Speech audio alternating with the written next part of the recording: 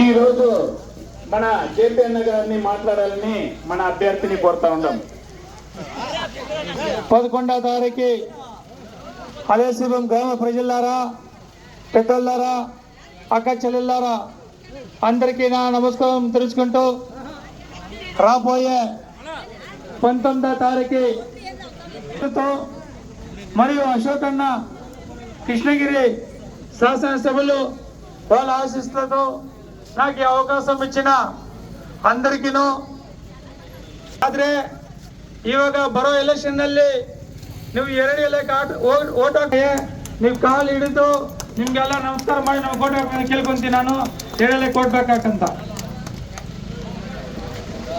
கன்னடத்தில் பேசுறீங்க. எதிர்கட்சியுடைய தலைவர் முன்னாள் முதலமைச்சருடைய நல் ஆசியோடும் கழகத்துடைய துணை பொதுச் செயலாளர், இவருடைய சட்டப்பேரவை உறுப்பினர், முன்னாள் அமைச்சருடைய நல்ல ஆதரவு பெற்ற வேட்பாளருமான ஜேபி என்கிற ஜெயபிரகாஷ் அவர்களுக்கு இரட்டை சின்னத்திலே வாக்களிக்க இந்த தேர்தல் சென்ற 2019 நடந்த நாடாளுமன்ற தேர்தலில் காங்கிரசும் திராவிட முன்னேற்ற கழகமும் பல்வேறு வாக்குறுதிகளை தந்தது. அந்த வாக்குறுதி 6000 ரூபாய் கொடுக்குறேன்னு சொன்னாங்க. கொடுத்தாங்களான்னு சொன்னா கிடையாது.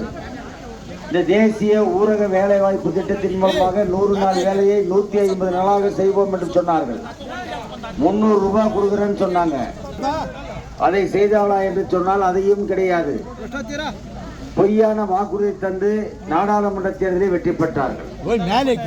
5 ஆண்டு காலம் நாடாளுமன்ற உறுப்பினராக பணியாற்றிய செல்லக்குமார் அவர்கள் இந்த பகுதிக்கு வந்திருக்கிறார்களா என்று சொன்னால் கிடையாது. வந்திருக்கின்றேன், ஆனால் செல்லக்குமார் அவர்கள் வரவில்லை.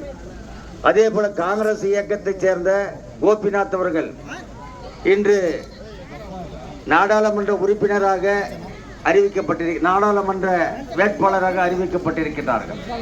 3 முறை